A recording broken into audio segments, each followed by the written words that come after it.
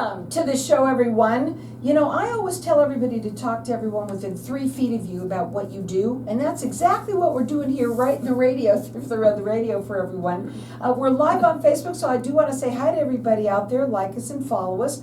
My first guest has been on with me now several years. I have with me Sandy Greenlee, and she's the owner of Angels Cremation and Burial. And I want everybody to kind of listen up, because you know, here I am up and talking so like everything's fun, and now we're going to talk about this very important conversation that almost everybody should have, but here in America a lot of people don't talk about this subject, so we need to do it right here on the show. So welcome to the show. I want you to tell everybody first a little bit about yourself and about the mortuary and what you do, and then I'm going to take over from there. Thank you, Carol. The first thing I'd like to do is thank you people who have gone out and made arrangements and talked to your families. I've had several come in for the last probably year and say, because I always ask everybody, how did you hear about us? And so when they say they hear about you on the radio, it's like, yes, it's paying off. And it's not because I want to make money from this. I want people to do it. So I don't care if you go to Mortuary XYZ, if you go to the one ABC. The thing I want to do is take care. I want you to take care of your arrangements so that your family does not suffer and struggle more. Because there's nothing more frustrating to me than hearing somebody say, if I only knew what they wanted. Well, I wish Mom would have done the paperwork. In fact, yesterday I had to laugh because we were asking a gentleman if he had a notarized letter, and he said, no, but I can go get one. We said, no, it's too late. She's already passed. Well, what do you mean? I need her to be cremated. And I said, I know you do, but unfortunately, you cannot have something notarized for her. She has to do it herself before she passes. Oh. So if there's one thing I can tell you is, if you want to be cremated, go to the Attorney General's website, fill out their paperwork, have it notarized and signed. That will take care of your health care, that will take care of your donations, that will take care of your cremation, and everybody will have an easier, more relaxing time once you pass.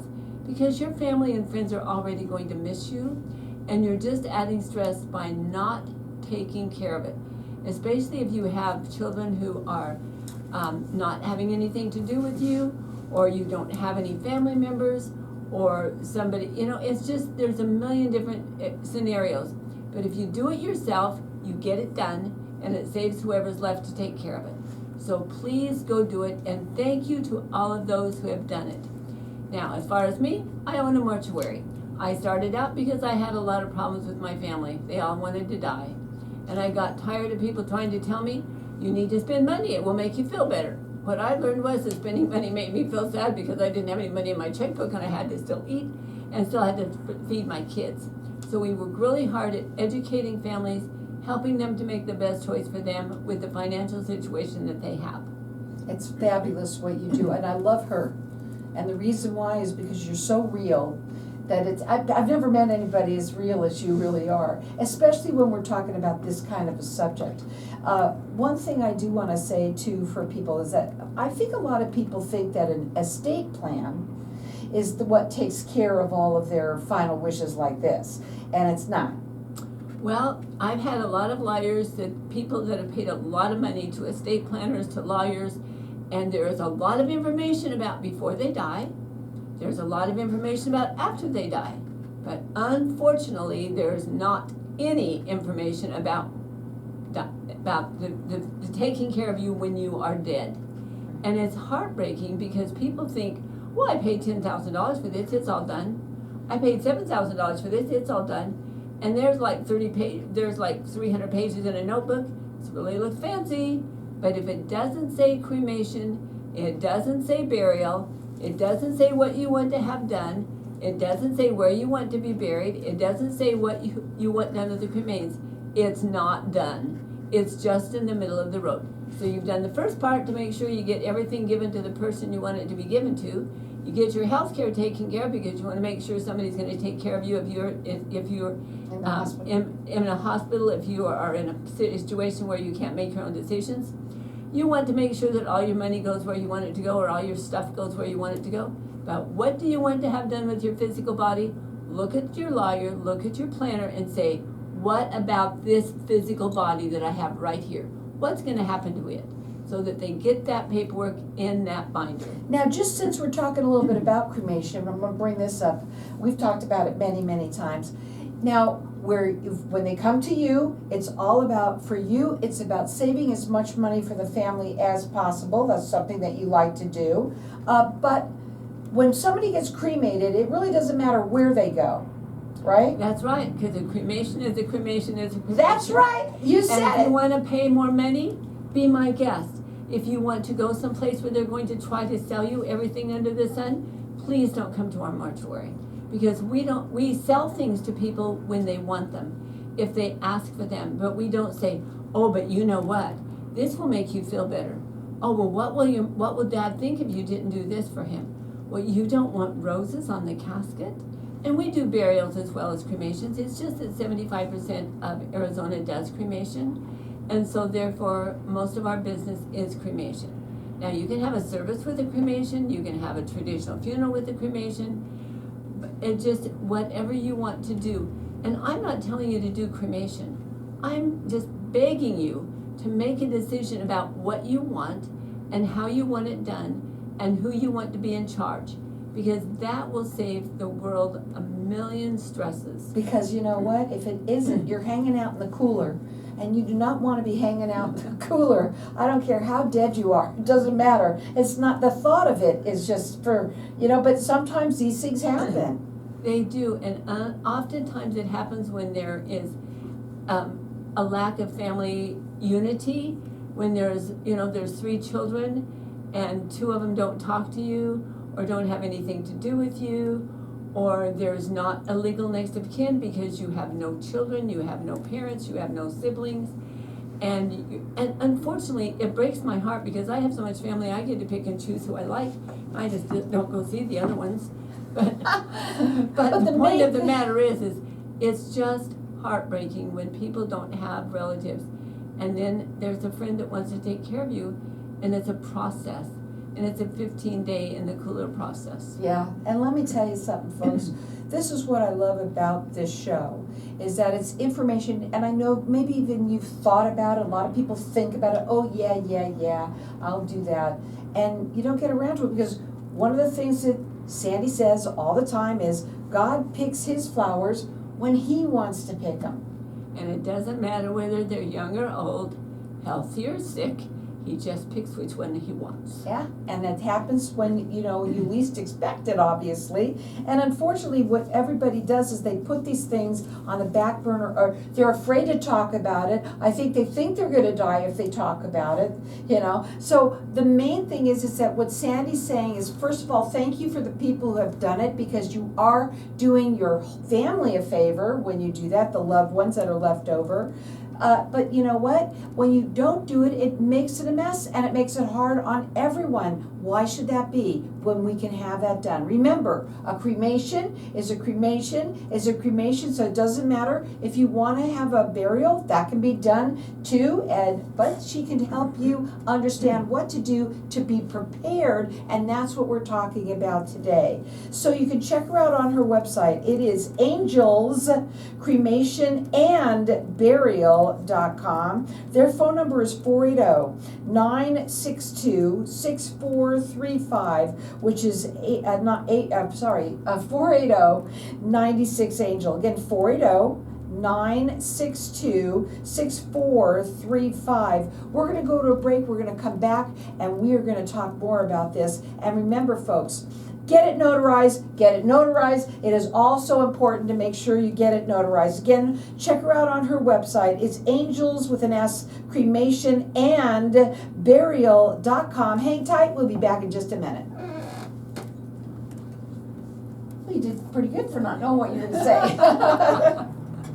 Okay, so what I kind of thought is that we would go in, because we always usually talk about the cremation so much, that let's talk a little bit about burials and what that Can Anna come in? Sure. All right. Just make sure her phone's on off first.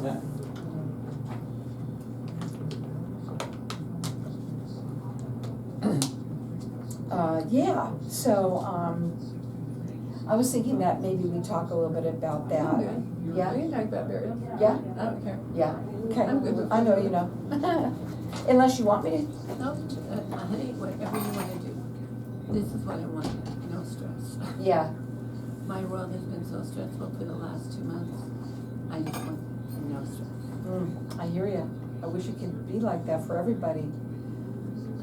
I mean, it's literally since the middle of April.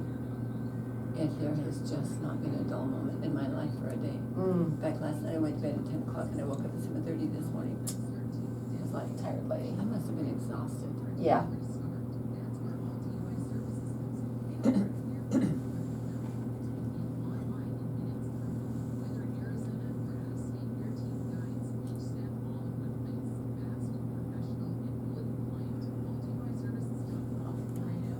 A client of mine. Oh. Yeah.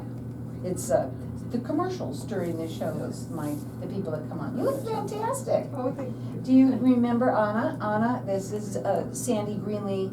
And you've met before. She said she's been on the show with you before. Okay. It's been a while. You have a better memory than I do. Oh, okay. It's okay. I did, and especially today, if Carol wouldn't have called me, I wouldn't have been here today. Oh. I forgot to put her in my book. Normally, And but I you live know by what? my book. Yeah. I was grateful there were no burials today, there were just cremations this afternoon. Do you them on site? Do you do them on site there at your river cremation? Cremation? No, No. we do not. We use the family on private crematory in Phoenix. I tried to get a crematory and I got tired of fighting with the city. That's just more to add to what your plate Well, would be. that's what my son said. He said, Mom, it's a Cutter's blessing. We're having a hard time getting employees. And we have to look for more employees for that. Yeah, you'd have to have the right And- person who knows what they're That's doing right. and everything. And 30. It's just a frustration. So I'm glad I have there's getting to be fewer and fewer family owned. Everything's going to corporate. But the mortuary I'm using now has assured me he's never going corporate. And I said, yeah, money talks to some people. He said, Sandy, I think I'm a lot like you. I get out of the same I cloth." don't like corporate myself, but Well, everything is going to. I know. Try to buy something that's not from corporate. I know. Here we go.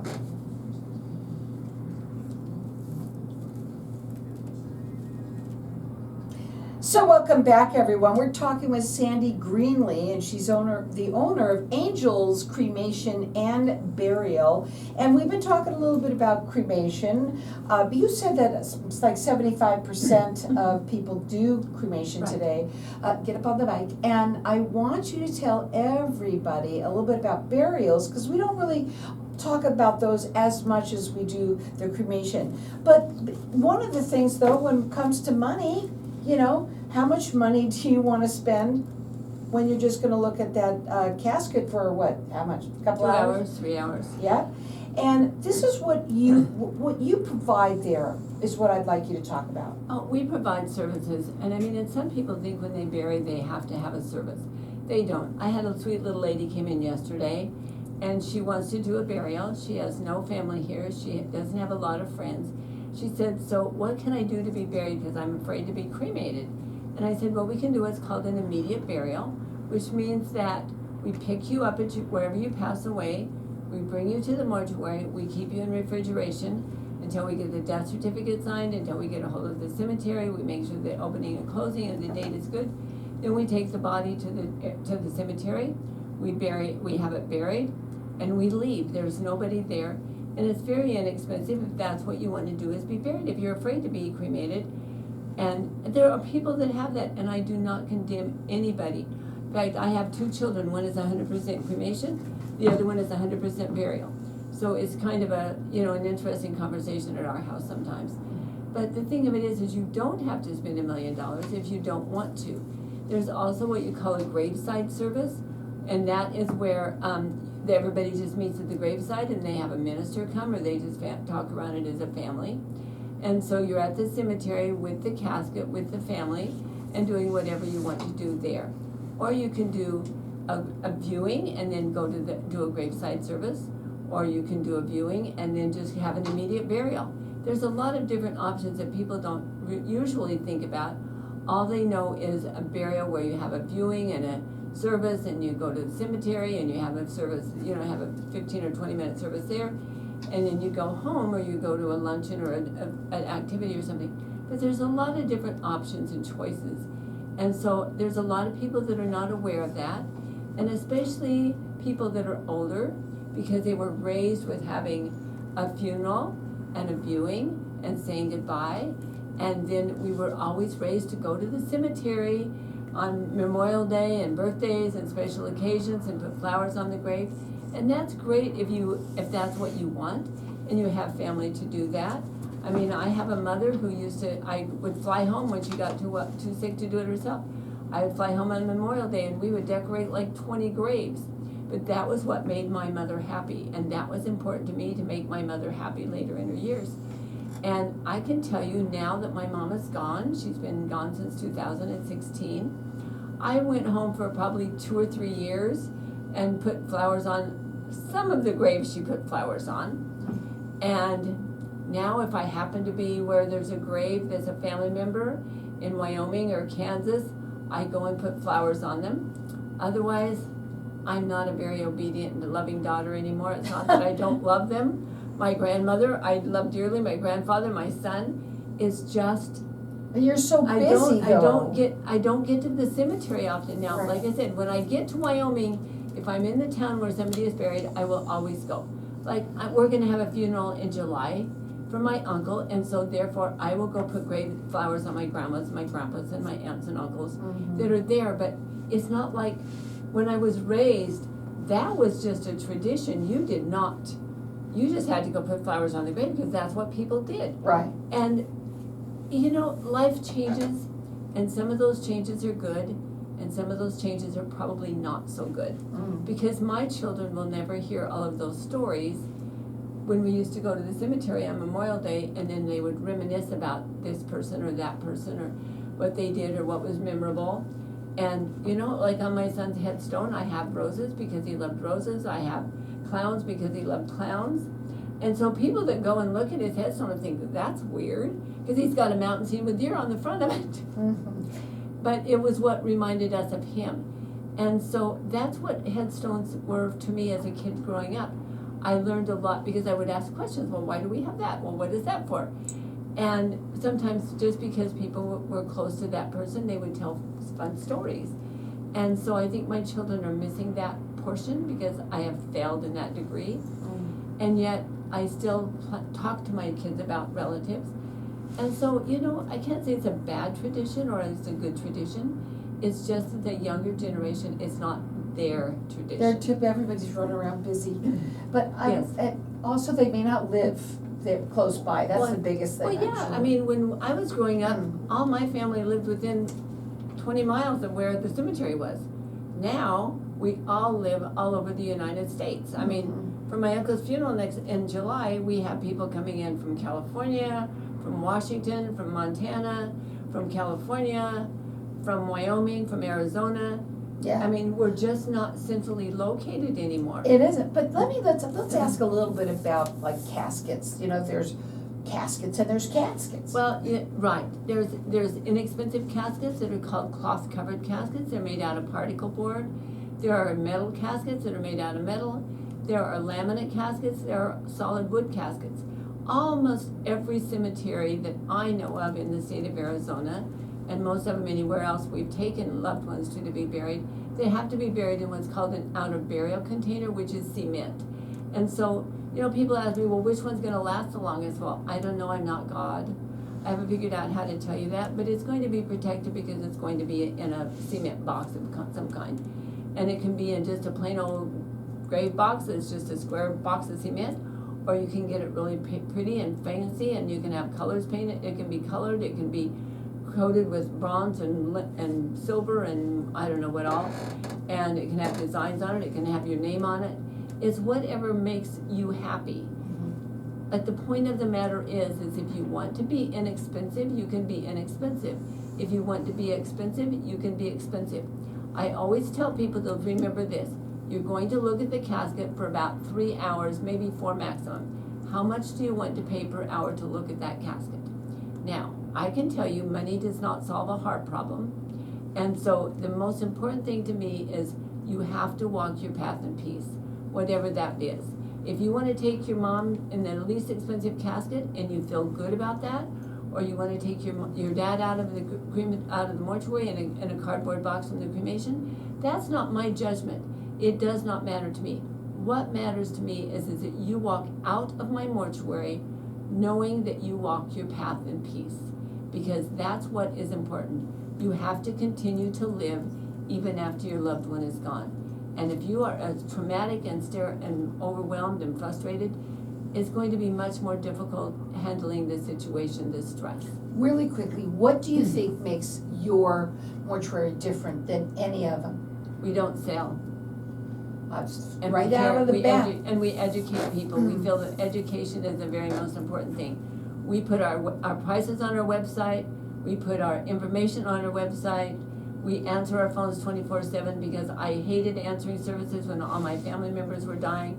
I didn't want somebody to say, "Oh, I'll have somebody call you back in an hour." No, I want an answer and I want it right now. Yeah, I'm a because very that's what people impatient want. person. When I'm emotional and stressed, I want answers. I don't want questions. I don't want to wait.